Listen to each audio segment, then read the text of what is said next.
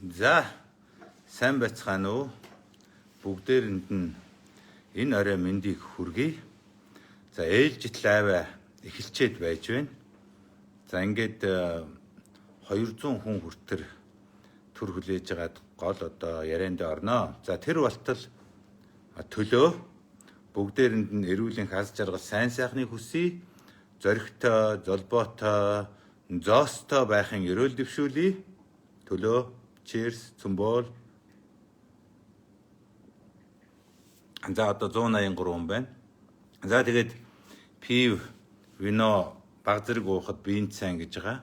Ер нь аливаа согтууруулах ундааг зохистой зөв тохируулж хэрэглэх ёстой шүү. Соёлтой хэрэглэх ёстой шүү залуучуудаа. Энийг би та нарт байнга үлгэр дуурайл болгож хэлж одоо өөрийнхөө лайв болгоныг ингэж эхэлж байгаа юм шүү. Пивээр. Түүнээс ч одоо би нэг пив уудаг архичиндаа ч юм уу орой пив уухгүй болвол унт чаддгүй тийм хүн биш шүү те.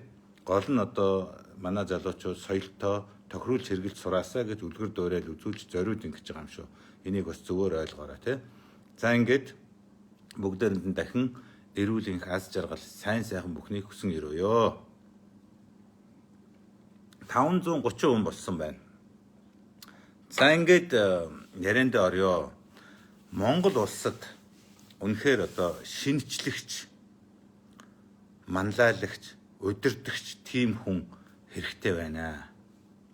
Би улсын их хурлд 20 жил суухдаа олон л одоо улс төрчийг хажууд нь байж харж юу хийх нү гэж ажиглаж амьдрал ахуйг одоо мэдэж найзалж ингэж ирсэн.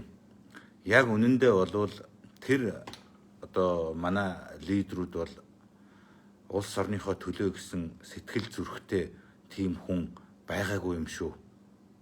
Би уг нь бол ардчлалын одоо алтан хараацайнуудтай бол бас их итгэдэг байсан. Энэ хүмүүс л одоо Монголд ардчил тэр сайн сайхан нийгэм Монголын нийгэм эдийн засгийг өөдөн татна гэж 2000 онд би ардчилсан намд орж байхдаа би тэгж бат итгэж явсан. Тэр итгэл минь бол 2004 оноос эхлээл ер нь баг багаар буурсан. Би өөр их гайхаж ирсэн. Гэхдээ энэ одоо 90 онд ардчлалын төлөө Монголын одоо ард түмний төлөө гээд ингээд тэмцэж явсан хүмүүс маань арайч ийм бодолтой байдаг байлгүй дээ. Арайч өөр байлгүй дээ. Арайч өөр юм хийх байлгүй дээ. Харж л байдаа гэж ингэж их одоо хичээж ирсэн. Харамсалтай нь бол одоо миний нүдэн дээр ингээд энэ ардчлалын маань лидерүүд бүр ингээд доошоо ороод зүгээр ингээд ард түмнийг хуурсан тийм этгээдүүд байсан гэдэг нь бол одоо ил болж харагдсан. Би бүр их одоо янз бүрийн үйлдэл ярьж байгаа юм бүх юмнаас нь ингээд ажиглаад үндэ эхний ээлжинд бол би бүр итгэж чаддгүй байсан. Гэхдээ арайчтэй энэ хүн арай итгэхгүй байх. Тэгээ энэ хүн улсыг өөрчлөх байхдаа чийл буруу хараад сайн мэдэхгүй байх гэж боддог байсан.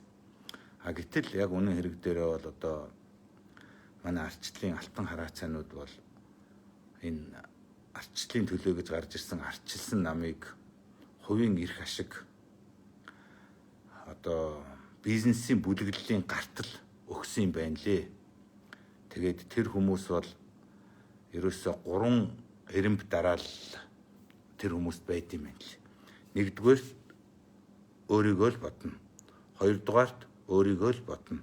Гуравдугаарт өөрийгөө л бодно. Ийм л хүмүүс байсан юм байна лээ. За яг хөө ингээд энэ хүмүүсийн цаг хугацаа бол өнгөрсөн ард түмэн хамгийн сүүлд бол харсан хэн бэ гэдгийг би ч гэсэн энэ хугацаанд бас баг багаар ингээд явсаар агаад ингээд ойлгоод авчлаа.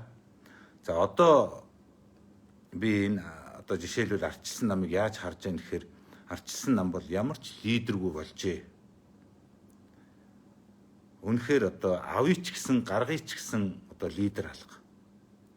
Би бас ардчилсан намд дэд даргыг хийж тэнд одоо энэ лидерүүдтэй одоо нөхөрлөж гинөө те ойр явсны хувьд ер нь ямар гишүүд байдгүй хэн бэ гэдгийг сайн мэднэ. Одоо энэ ардчилсан намын даргад яригдж байгаа нөхдүүд одоо энэ Монгол улсын ерөнхийлөгчид ардчилсан намаас нэр дэвшигч байгаа нөхдүүд энтрийг харахад бол үнэндээ за миний зүгээс бол үнэхээр арайчтэй те ийм нөхдүүд бол ялахгүй гэж бол ингэж харагдаж байна. Тэгж би бодож байна. Тийм болохоор би бол одоо ардчилсан намыг за өмнөх лидерүүд нь бол ингээд бүр хог навш болоод дуусчээ. Дараагийн одоо залуу үе гээд лидер бол байхгүй юм байна. Тийм учраас ардчилсан нам бол одоо энэ дараагийн сонгуулиудад ялагдах юм байна өө гэж би баг одоо зүгээр одоогийн энэ өнцгөөс бол би харж байгаа. Тийм. Ардчилсан нам одоо ингээ хоёр тамгатай болчихсон. Хэн дарга нь мэддэхгүй хоорондоо ингэсэн. Бүлэг фракц бурхан минь те. Нөгөө бүлэг фракц нь дандаа бизнес улс төрийн одоо ийм шуналт этгээдүүд юм байна лээ шүү дээ. Тийм бүлэг. Ерөөсөө тэр улс төрөөр мөнгө олох, бизнес хийх, гарч очиод идэж уух гэсэн ийм л нөхдүүд одоо байсан юм байна лээ тий. За энэ бол зөвхөн ардчилсан намд хамаарах юм биш тий. Энэ бол бас нөгөө ардын намд бас яг адилхан юм байна лээ шүү. Ерөөсөө л хувийн эрх ашиг, нэгдүгээрт хувийн эрх ашиг, хоёрдугаарт хувийн эрх ашиг, гуравдугаарт хувийн эрх ашиг гэсэн ийм л хүмүүсийн одоо хоёр том намд бол ямар ч байсан шигдсэн, ингэсэн одоо нөгөө бүхэл жидүү мэдүү юмыг идэж уусан нөгөө л одоо бид нар бүгдээрээ мартаж дээ нөгөө Чингис Бонд, Самура Бонд одоо тэгэл нөгөө Асеми чинь бүгдийн залгицсан тэгэл энэ Монгол улсын төсөв хөрөнгийг бүгдийг ингээд нааш нь цааш нь идэж зарж ингэж идэг энэ л нөхдүүд энэ хоёр нам битүү байж байгаа байхгүй юу. Тэгэхээр энээсээ ерөөсө салж чадахгүй тэр нөхдүүд нь мөнгөөр эргээд бадцсан. Тэгэхээр энэ Монгол улсын энэ улс төрийн нөхцөл байдал бол маш хүнд байгаа шүү нөхдөө. Толгой дээр бол ингээд дандаа ийм бүр ерөөсө хувийн эрх ашигыг нэгдүгээр тавьсан тийм аимшигын одоо шуналтай ийм лоерчдын бизнесийн баг ингээ гарчихсан. Тэгээд одоо үнэхээр Монгол улсыг одоо уруу татчих те ийм байна те. Ийм нөхцөл байдалд бол би Монгол улсад одоо шинжлэгч, манлайлагч, тийм удирдагч л хэрэгтэй байна.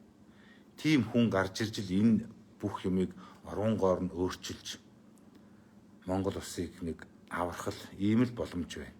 Түүнээс ч одоо яг энэ намын өнөөдрийн байгаа энэ байсан энэ нөхдүүдэд бол одоо итгэх ямар ч итгэл тэндээс ямар ч лидер төрөх тийм одоо юм харагдахгүй байна.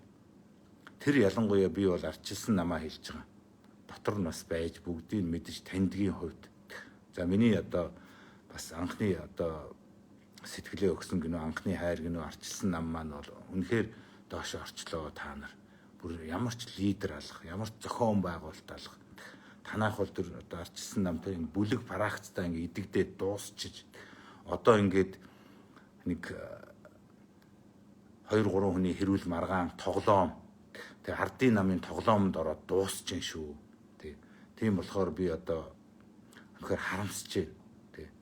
Ингэж одоо бас Монголын үндэсний хэмжээний одоо энэ том нам доошоо орж ийм байдалд ч орох гэж тэ.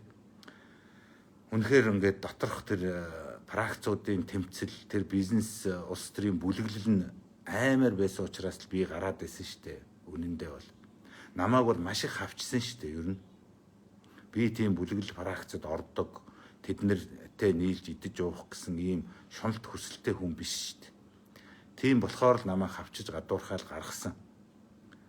Би бол ардчилсан намд үнэхээр сэтгэлээрээ орж гавьяа байгуулж 2000 онд бүр улс төрийн тавцангаас арчигдах болчихсон байхад нь үнэхээр өөрийнхөө тэмцлэр хаста баг амь хайрлахгүй тэмцэж байж би энэ ардчилсан намын хөл дээр нь босгож 2004 оны сонгуулиар хүүхдийн мөнгийг санаачилж ээж нэг 30 хэдэн суудал авч өгч нэг хамтарсан засаг байгуулах хэмжээнд хүргэж босгосон юм штэ.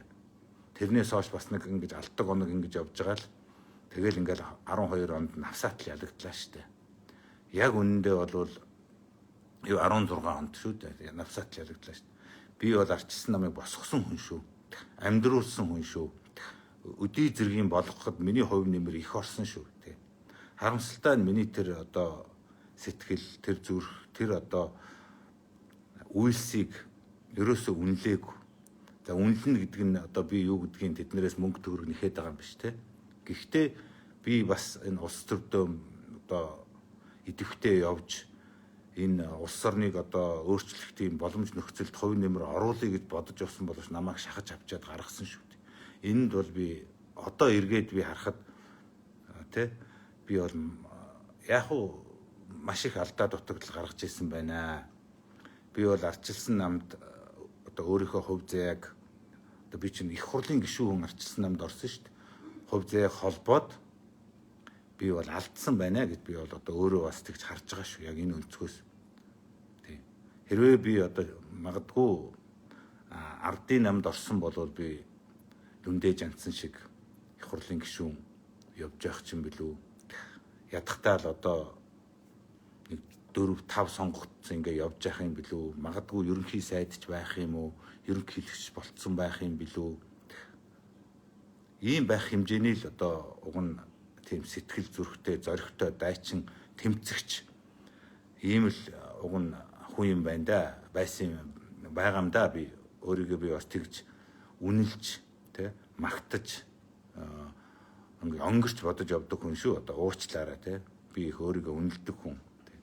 Буруу гэх нь одоо буруу гэх л байх тэ. Гэтэ би бол одоо ардчилсан намд ороод энэ намыг дэмжиж явж ингэж их улс төрийн тэмцэл хийж тэ явсан мөртрөө энэ намын лидерүүдийн тэр хэрүүл маргаан пракц энэ намын тэр лидерүүдийн манлайлж авч явж чадаагүй тэр муу мухай юмнаас нь болоод л орж гараад ингээл унаал ингээл одоо нөгөө намаа буруу сонгочтой л гэж би зүгээр өөрөө бодож байгаа юм. Тэг. Би бол одоо ардчилсан намыг муу гэж байгаа юм биш. Ардын намыг одоо сайн гэж байгаа юм биш. Гэхдээ би тэр хувь хүнийхээ зүгээс бодох юм бол те чи өнөөдөр бас сонголт чинь буруу байжсан учраас өнөөдөр ингээд гүн далаа би гэртээ суугаад ингээд лайв хийгээ сууж штт.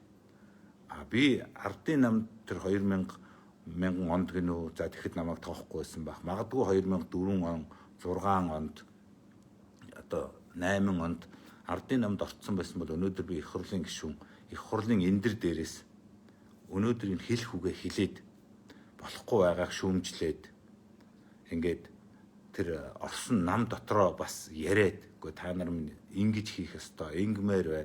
Гадаадд байгаа монголчуудаа аав энэ хориг хөл хориогоо зогсоо.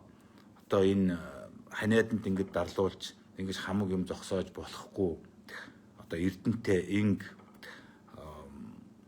одоо ер нь улс орны нийгмийн хөгжил бол ийм байх ёстой гэдэг ингээ өөрийнхөө санаа бодлыг дэвшүүлээд магадгүй одоо ялахын тулд намайг тугаа болгоод гаргаад ирцэн тэг би ерөнхийсэд ерөнхийлөгч болцсон байхыг ч үгүйсэхгүй. Ийм л одоо би чинь мэдлэг боловсралтай гэнүү сэтгэл зүрхтэй ийм л хүн юм байгаа юм штэ. Уг нь би үерхсэн хүмүүстэй үнэнч зүтгэл найз нөхөрлөлтөө үнэнч улс их орондоо ард түмэндээ үнэнч л хүн юм байгаа. Үнэнч байна гэд би муу муухайг дагалдна гэсэн үг бас биш шүү. Тэ. Даанч одоо ингээд сонголтоо тэр үед туршлагагүй байсан учраас ийм бантангийн нам руу орсон юм байна гэдгээ би бол тэр үед бол мдээгүй явсан. Ингээд явсаар хагаад өнөөдрийн энэ нөхцлөөс эргээд харахад ийм л одоо дүр зураг надад харагдаж байна шүү. Тэгээ ер нь энэ хоёр том намд бол бизнес тэ шунлын бүлэглэл бол байна. Энэ хоёр нам бол Монголын нийгэм улс төрийг бол өөрчилж чадахгүй байна. Энэ хоёр намд лидер дутж байна. Яг тийм шинжлэгч, удирдагч, манлайлагч энэ бүх одоо юмыг хартсан. Энэ капитализм гэдэг чинь юу юм? Энэ дэлхийн эдийн засаг чинь юу юм? Монгол хаана байгаа? Бид яаж хөгжих ёстой юм? Бид яаж мөнгө олох юм? Мөнгөө яаж шудраг хуваарлах юм? Мөнгөө яаж барих юм? Бид яаж шулуулахгүй байх юм?